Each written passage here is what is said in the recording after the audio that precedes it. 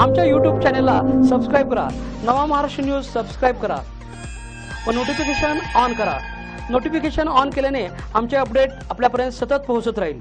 सिद्धी दीपक माने वय वर्ष 5 या चिमुरडीचा भादोले येथे बिरदेव मंदिर परिसरामध्ये खेळताना बाकड्यावरून पडून डोक्याला मार लागल्याने गंभीर जखमी होऊन दुर्दैवी मृत्यू झाला आहे। या घटनेची नोंद वडगाव पोलिसात झाली असून या घटनेमुळे भादोले आणि वडगाव परिसरात आता हळहळ व्यक्त होत आहे। याबाबतची अधिक माहिती याप्रमाणे हातकणंगले तालुक्यातील भादोले येथे बिरदेव मंदिर परिसरात बसण्यासाठी ठेवलेल्या बाकड्यावरून खेळत असलेली धनगर समाजाची चिमुरडी अंगावर बाकडे पडून तिच्या डोक्याला गंभीर मार लागून मोठ्या प्रमाणात रक्तस्राव झाला।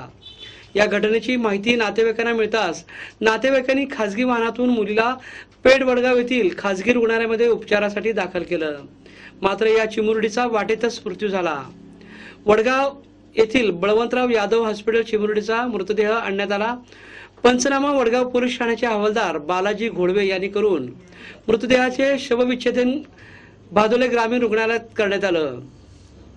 अधिक तपास हवालदार घोडवे हे करतायत। सुट्टीत दंगामस्ती करणाऱ्या लहान मुलांकडे लक्ष द्या। नुकतीच मुलांची वार्षिक परीक्षा संपून मुले सुट्टीचा आनंद घेत आहेत। हा आनंद घेत असताना मुले धोकादायकपणे खेळ खेळतात।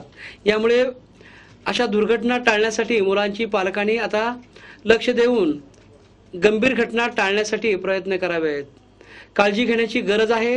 थोरा मोठ्याने मुले अशा प्रकारे खेळ खेळत असतील तर माझा काय संबंध म्हणून दुर्लक्ष न करता मुलांना अशा प्रकारे जीव धोक्यात घालून खेळण्यापासून रोखण्याची आता गरज आहे।